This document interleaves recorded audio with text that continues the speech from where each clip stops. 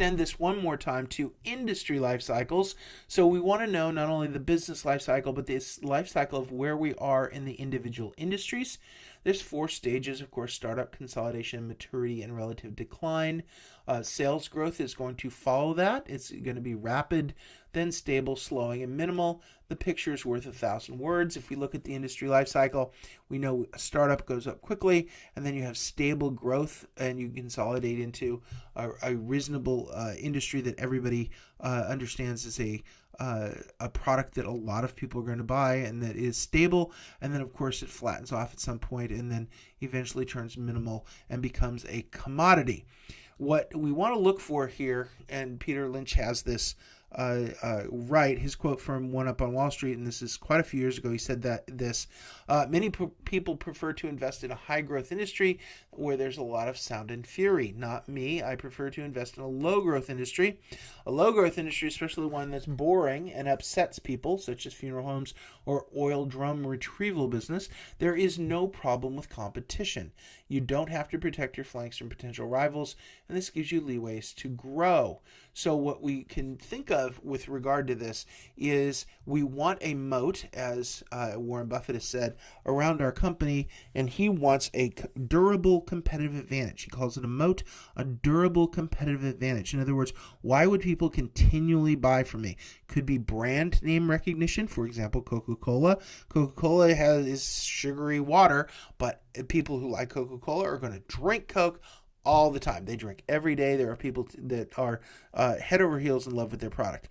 So that is a durable competitive advantage. And of course, you've got the same thing with other companies too, in different ways. So Michael Porter came up with the 5 determinants of competition, or Porter's 5 forces. The first one is the threat of entry. Is there somebody that could come into my business for some reason and take it over? That's one. The second one is the rivalry between existing competitors.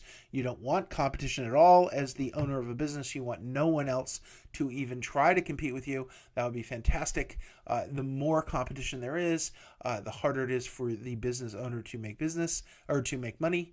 The pressure from substitute products. This is not existing competitors. These are new competitors, or not new competitors, but new products in the space that substitute for your product. So, for example, the telephone replaced the telegraph. So there are no telegraphs left because the phone completely wiped them out. And then the 2 bargaining powers of buyers and suppliers. The bargaining power of a buyer is if I control so much of the amount of the market, you have to sell to me because I'm the only person you can sell to. My personal experience is I was talking to somebody who sells spices, and they sell spices to Walmart, and they said, well, we have a choice. We can either give it to Walmart for essentially free, or we can not have that volume in our manufacturing and give that volume to someone else. So they have a tremendous amount of buying power. That's Walmart's trademark, is to buy low and sell to you at a very low price in the market as well.